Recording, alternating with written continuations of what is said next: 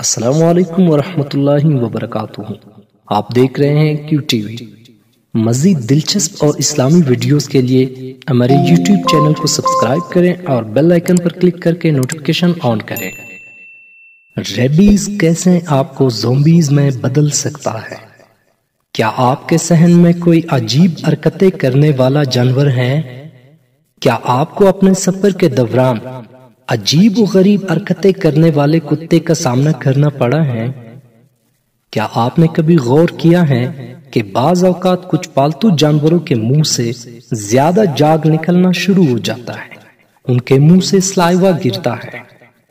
اگر ہاں تو آپ کو ایسے جانوروں سے دور رہنا چاہیے، آپ کو پیچھے ہٹ جانا چاہیے، کیونکہ یہ جانور دنیا کے مہلک ترین وائرسز میں مبتلا ہوتے ہیں جسے ریبیز کہتے ہیں۔ ریبیز لاطینی زبان کا لفظ ہے جس کا مطلب ہے غصے کا زہر۔ یہ لیسا وائرس کی وجہ سے لگنے والا انفیکشن ہے۔ یہ وائرس جانوروں کے سینٹرل نروس سسٹم کو متاثر کرتا ہے، جسے متاثرہ جانور کا رویہ تبدیل ہو جاتا ہے، ان کے منہ سے زیادہ تھوک نکلتا ہے۔ آخرکار یہ وائرس متاثرہ جانور کا دماغ تباہ کر دیتا ہے۔ ریبیز وائرس سے متاثرہ جانور کو ریبڈ اینیمل کہتے ہیں۔ یہ متاثرہ جانور دوسرے جانوروں اور انسانوں کو کاٹتا ہے۔ ریبیز وائرس سے متاثر جانور اگر انسان کو کاٹتا ہے تو انسان کا رویہ تبدیل ہو جاتا ہے، پاگل پن کے دورے پڑتے ہیں، اچھے اور برے کی تمیز بھول جاتا ہے، وقت پر علاج نہ ہونے کی وجہ سے آخرکار مر جاتا ہے۔ بدقسمتی سے ریبیز وائرس کی وجہ سے دنیا بھر میں ہر سال 60,000 انسان مرتے ہیں۔ ریبڈ اینیمل کو کیسے پہچانا جائے؟ یعنی ریبیز کے وائرس سے متاثر جانور کو ہم کیسے پہچانیں گے؟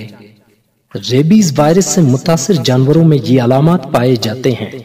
ان کا رویہ عام جانوروں سے مختلف ہوتا ہے، ان میں غصہ پایا جاتا ہے، ان جانوروں کو اپنے مسلز پر کنٹرول نہیں ہوتا، اور ریبیز سے متاثر جانور کو چکر آتے ہیں۔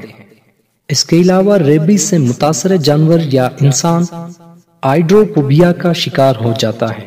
ہائیڈروفوبیا سے مراد پانی کا ڈر، یعنی جس بندے کو یہ وائرس لگ جاتا ہے وہ پانی سے ڈرتا ہے۔ امریکہ میں ریبیز کے زیادہ تر کیسز چمگادڑوں، خرچک لومڑیوں اور سکنک میں رپورٹ ہوئے ہیں۔ سکنک ایک امریکی گوشت خور جانور ہے۔ ریبیز وائرس سے بچنے کا طریقہ۔ سٹیپ 1، اگر آپ کو کوئی ایسے جانور دکھیں جو عجیب و غریب حرکات کر رہا ہوں، سستی کا شکار ہوں اور منہ سے تھوک گر رہا ہوں، تو ایسے جانور کے قریب جانے سے گریز کریں اور اس صورت میں اینیمل کنٹرول اتھارٹیز کو کال کریں۔ سٹیپ 2، اپنے پالتو جانوروں پر نظر رکھیں۔ شروع میں ریبڈ اینیمل کو پہچاننا تھوڑا مشکل ہوتا ہے، لیکن آپ اپنے پالتو جانور جیسے بلی، کتا وغیرہ ان پر نظر ضرور رکھیں۔ اگر ان کو بخار ہو، الٹی آ رہی ہو اور سستی محسوس ہو تو ان کو ٹچ کرنے سے گریز کریں، ورنہ یہ مہلک بیماری آپ کو لگ سکتی ہے۔ سٹیپ 3، اپنے آپ کو مسلح کریں۔ اگر آپ پہاڑوں یا جنگلوں میں گھومنے کے شوقین ہیں، پہاڑوں پہ چڑھنے یا جنگلوں میں گھومنے سے پہلے مضبوط اور لمبے جوتے ضرور پہنیں۔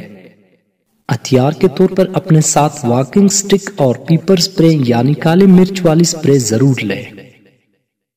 سٹیپ 4، طبی امداد میں دیر نہ کریں۔ اگر ریبڈ اینیمل آپ کو کاٹیں تو جلد از جلد اسپتال جائیں اور ریبیز ویکسین لگوائیں۔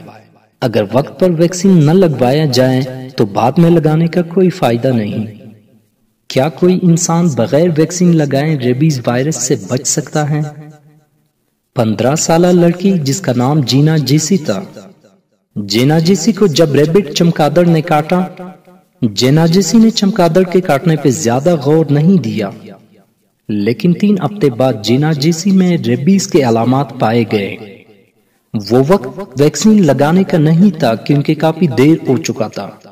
ڈاکٹرز نے مجبوراً جینا جیسی کو کوما میں رکھا تاکہ اس کا دماغ ساکن رہے اور اس کی باڈی ریبیز وائرس سے لڑے، کیونکہ ڈاکٹروں کے پاس کوئی اور چارہ نہیں تھا۔